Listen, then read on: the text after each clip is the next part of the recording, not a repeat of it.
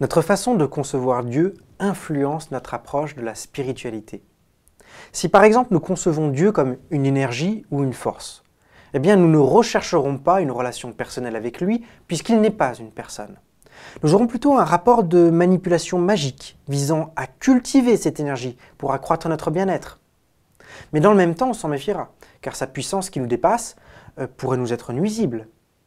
Si, par ailleurs, nous concevons Dieu comme un être personnel, parfaitement bon, mais impuissant, alors nous rechercherons une relation personnelle, de confiance et de coopération avec lui, mais dans le même temps, on se gardera de placer tous nos espoirs en lui, car étant impuissant, il ne pourra pas toujours nous venir en aide.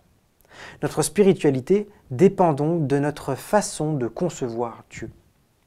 Le problème, c'est qu'il existe plusieurs conceptions de Dieu, chaque religion défendant la sienne, et que ces conceptions sont contradictoires entre elles. Entre le panthéisme qui identifie Dieu à la réalité tout entière, l'animisme qui conçoit Dieu comme une force pénétrant toute chose, les polythéismes qui décrivent une pluralité de divinités personnelles, et puis les monothéismes qui conçoivent un unique Dieu tout-puissant, créateur de l'univers, sans parler encore de la foi chrétienne, au monothéisme si particulier, affirmant un Dieu unique en 3 personnes, eh bien les différences sont totalement inconciliables. Dans la mesure où ces descriptions sont contradictoires entre elles, elles ne peuvent pas être mutuellement vraies. Une seule d'entre elles, tout au plus, peut être vraie. Alors certains ont affirmé que peut-être ces contradictions ne seraient qu'apparentes. Toutes les religions en réalité seraient vraies selon la parcelle de vérité qu'elles défendraient. Chacune connaîtrait un aspect particulier de la réalité divine. L'histoire de l'éléphant et des aveugles sert à illustrer cette idée. On a 6 aveugles qui se retrouvent pour la première fois devant un éléphant et ils tentent de deviner ce qu'il est en touchant une des parties de son corps. Le premier lui touche un côté et conclut que c'est un mur. Le second lui touche la trompe et conclut qu'il s'agit d'un serpent. Le troisième appréhende l'un de ses pieds et affirme que c'est un arbre. Le quatrième palpe une défense et y voit une lance. Le cinquième touche une oreille et pense à un éventail. Et enfin, le 6e prend la queue et songe à une corde. Face à leur désaccord, un témoin de la scène leur explique qu'en réalité, ils ont tous raison, mais qu'ils n'ont connaissance que d'une partie de la vérité. Et il en serait de même en matière de religion. En réalité, la morale de cette histoire est fausse. Car au final, aucun aveugle n'a raison. Pour réconcilier les affirmations des aveugles, il a fallu les reléguer au rang d'apparence. On ne les prend pas au sérieux. Les contradictions ne sont pas réellement surmontées. En réalité, il y a une affirmation qui vient corriger toutes les autres. À la fin, il n'y a qu'une seule vérité authentique. L'éléphant est un éléphant. Il n'est ni un arbre ni une corde, il est un éléphant.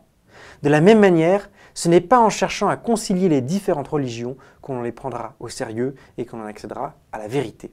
Si l'on prend au sérieux les différentes descriptions de Dieu, comment savoir laquelle est vraie ? Puisque les religions se contredisent mutuellement, le mieux est de partir sur une base objective, à savoir les conditions nécessaires à l'existence et à la forme de l'univers. D'ailleurs, la Bible elle-même affirme qu'il est possible de connaître Dieu comme étant le Créateur à travers l'observation de l'univers. Les perfections de Dieu, sa puissance éternelle et sa divinité se voient depuis la création du monde, elles se comprennent par ce qu'il a fait, c'est ce qui est écrit en Romains 1, 20.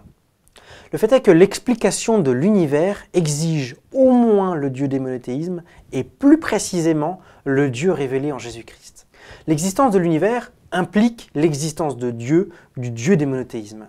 Parce qu'en effet, l'univers est contingent, ce qui signifie que d'un point de vue logique, il aurait pu ne pas exister ou exister différemment.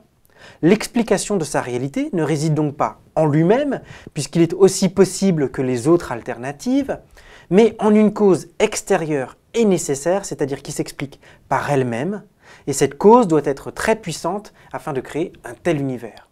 Elle doit également être personnelle, car la présence d'alternatives implique l'existence d'une volonté capable de faire un choix pour sélectionner l'une d'entre elles.